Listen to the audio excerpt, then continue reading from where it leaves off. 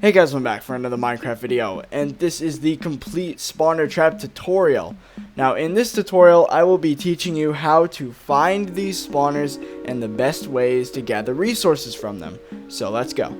Alright, so to find a spawner efficiently, what you need to do is dig straight down. I know, kinda risky. Go down like say 20 blocks. Put a piston about 2 blocks on top of you. Piece of glowstone. And then dig out 2 blocks and then put a redstone torch. And then place another piece of glowstone right there. And as you can see, you get a very good look at the surrounding area, and you could easily pick out a spawner. And as you can see over there, I did the same thing over there, tunneled over and found the spawner. And this is what a spawner in the desert would look like. So if you're just traveling through the desert and you see a small pit with sand at the bottom and it's in a rectangular shape, if you want a mob trap, then I highly suggest you dig it out, because there's a 90% chance that this is what you'd find. Alright, so now that you've found your spawner, what you're going to want to do for all of these traps is you're going to want to dig out the floor underneath. Well, first you should probably disable them. That would make sense, so that they don't have mobs dropping on your head every 2 seconds. I simply just do that, surround it with torches. But anyway, you dig down about, I would say like 3 blocks, to the point where if they were, say, in a water current, then their head would not bump on the spawner. As you can see, that is the height right here, so that if they were in a water current, when they jump, they don't actually bump their head on that thing. So let's just dig out the rest of this, since it's a quick process. And then get any building block. You can make it look nice if you want, but I'm not going to bother. And just make it so it's a nice straightforward thing right here. Then what you're going to want to do is get a bucket of water. Well, of course, 2 buckets of water, 1 in each corner. And then it should flow into a central point. And then dig out a little archway. And then that's the basis for all the traps. Alright, so the simplest and easiest way to use a spawner trap, unless it's spiders. Don't use spider traps unless you want to go for that. I would do a separate tutorial. This is for skeletons and zombies and that sort of thing. But anyway, the first thing you can do is make it so they only have 1 entrance, and then have a drop that goes down however many blocks it is. I believe it's 23, but I'll have the actual number in the description. It would drop down all the way down to wherever the bottom is. And you would set AFK right here next to the spawner, maybe with a layer of glass or something, so that they keep spawning and dropping, spawning and dropping, spawning and dropping.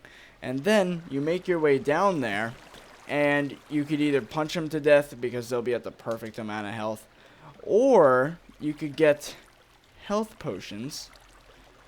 I know health potions. And you chuck one at them, and then boom, they all die instantly. So that's the quickest way to do it. You don't need health 2. You could use health 1.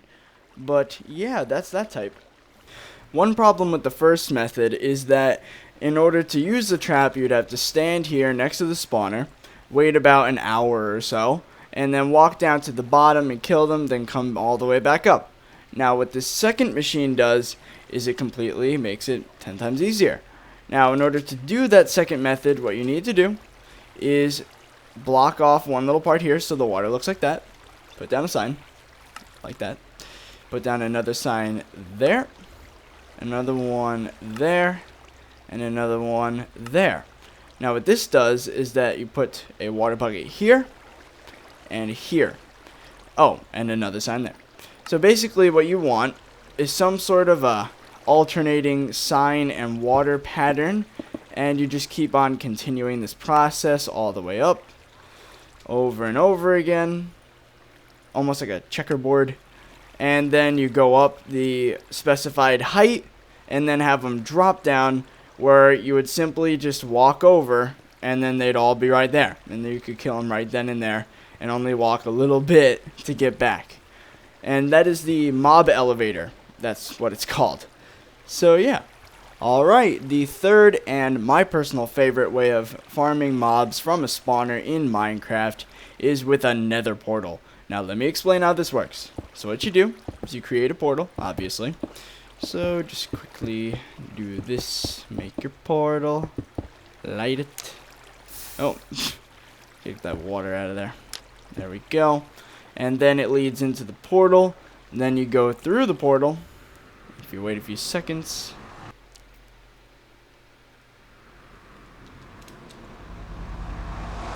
Wasn't that interesting?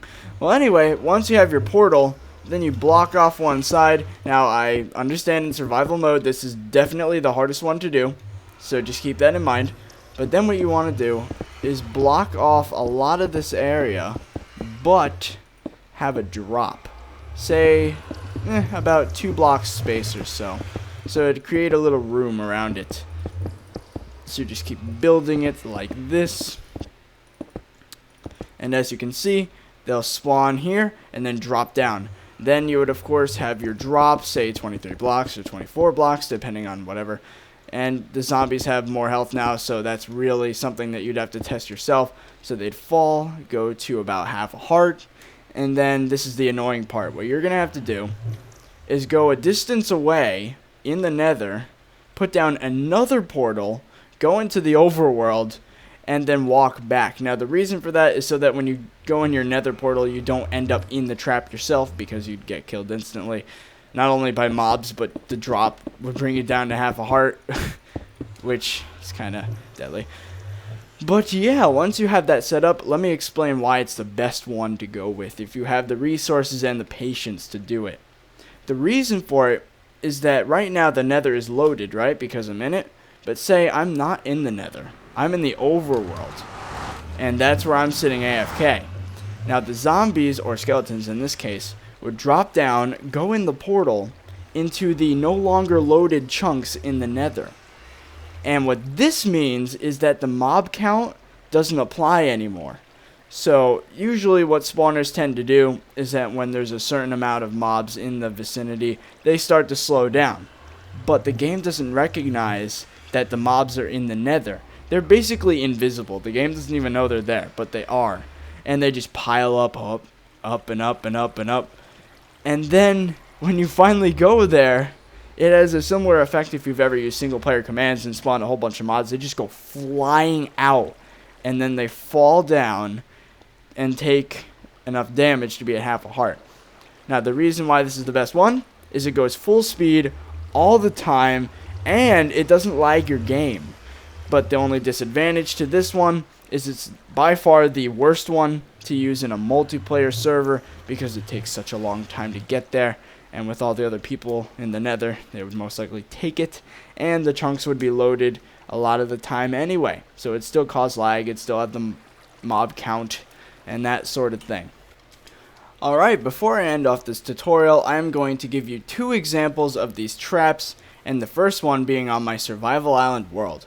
Now what this one is the first one I showed you, and it's where they spawn in the spawner, go through the water currents, fall almost nearly to their death, and then I go down to the bottom and pick them up. Now, I also have a toggle, which is simply a light switch, so I just turn that off. And if you give it a few seconds, just make sure, you need to go to normal, and then boom, the zombies spawn, and then they drop. Then what you do is you go down, this is all my storage, all the way down to the bottom, where they collect at the bottom. Now this is before the update happened that made them have more health, so it's probably not a one-shot kill anymore. Yep, it's a 3-shot kill now. But you get the idea. They drop down, you punch them, you get your XP, or you chuck a health potion in there and kill them all. The second example is in my Minecraft LP world. Now this series is still going, and as you can see, it is a similar concept, except there's a Nether portal there, and the room is extended slightly. But the cool thing about this trap is that the entire thing is toggled, not just lights. But if you go outside here, and you press this button over here, that light toggles, and then, look at this. Boom. All the lights turn on, the water retracts, and the Nether portal toggles. Now this is a cool trap. So anyway, let's show what the Nether part looks like. Alright, here we are at the player Nether portal. Now this is where the players would go into the Nether so that they don't end up in the trap, which would be pretty bad. So anyway, once you get there, this is what I've built. As you can see, it got kind of shot at by ghasts. Just get rid of that fire. But anyway, you go in here, and actually, the portal is up there, and then there's a big wide drop that goes down to there. Not quite sure why we made it that wide, but as you can see, they're all stuck behind that door, and I sit down here, and I just go, yeah.